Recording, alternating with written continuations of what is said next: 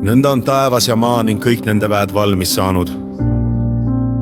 Ja Jumal oli lõpetanud 7. päevaks oma töö, mis ta tegi, ja hingas 7. päeval kõigist oma tegudest, mis ta oli teinud.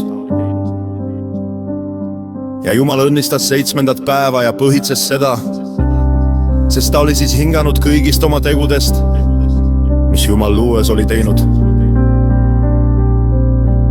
Adam ja Eeva. See on nugu taeva ja maa sündimisest kuni loodi sel ajal, kui Issand Jumal tegi maa ja taeva.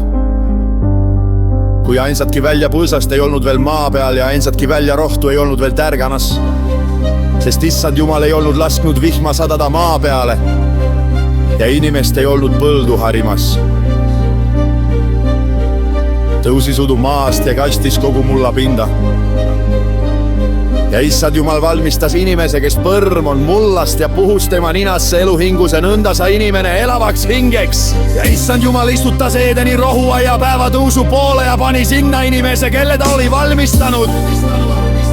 Ja Issand Jumal laskis maast tõusta kõiksugu puid, mis olid armsad pealt näha ja millest oli hea süüa.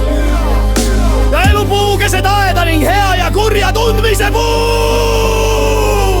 Ja Eedenist sai alguse jõgi, mis kastis rohuaeda, jagunedes sealt peale 4 haruks. Esimese nimi on Piison. See voolab ümber kogu Havilamaa, kus on kulda. Selle maa kuld on hea, seal on pedola, vaiku ja karneoolikive. Ja teise jõe nimi on Gihon, see voolab ümber kogu Kuusimaa. Ja 3. jõe nimi on Hittekel, see voolab hommikupool Assurit ja 4. jõgi on Frat. Ja Issand Jumal võttis inimese ja pani ta teda haarima ja hoidma. Ja Issand Jumal keelas inimest ja ütles: kõist aiapuudes sa võid küll süüa, aga hea ja kurja tundmise puust sa ei tohi süüa, sest päeval, mil sa sellest sööd, pead sa surema. Ja Issand Jumal ütles inimesele: ei ole hea üksi olla, ma tahan teha temale abi, kes tema kohane on. Ja Issand Jumal valmistas mullast kõik loomad väljal ja kõik linnud taeva all ning tõi inimese juurde, et näha, kuidas tema neid nimetab ja kuidas inimene igat elavat olendit nimetas, nõnda pidi selle nimi olema.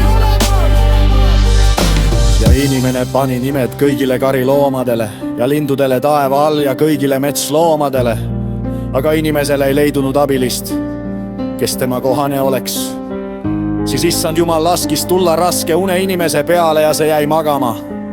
Siis ta võttis ühe tema küljeluudest ning sulges selle aseme taas lihaga. Ja Issand Jumal eitas küljeluu, mille ta inimesest oli võtnud naiseks ja tõi tema Aadama juurde. Ja Aadam ütles: see on nüüd luu minu luust ja liha minu lihast. Teda peab hüütama mehe naiseks, sest ta on mehest võetud.